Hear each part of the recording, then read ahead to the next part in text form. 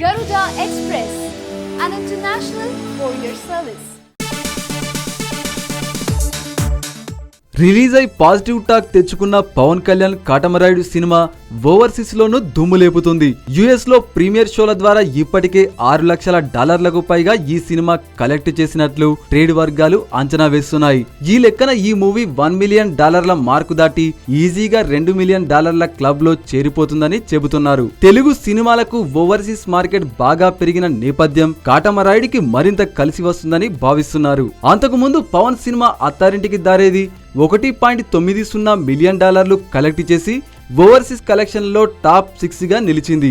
ఇక సర్దార్ గబ్బర్ సింగ్ కూడా ఓవర్సీస్ లో $1.07 మిలియన్ కలెక్ట్ చేసింది. ఈ రెండు సినిమాలు కూడా ఓవర్సీస్ కలెక్షన్లలో $1 మిలియన్ మార్కును దాటాయి. సర్దార్ గబ్బర్ సింగ్ తో అభిమానులను కాస్త నిరాశపరిచిన కాటమరాయుడితో అభిమానుల్లో జోష్ను పెంచిన పవన్ ఇప్పుడు డాలర్లను దున్నే కలెక్షన్ల రాయుడు అని అనిపించుకుంటున్నాడనే చెప్పవచ్చు.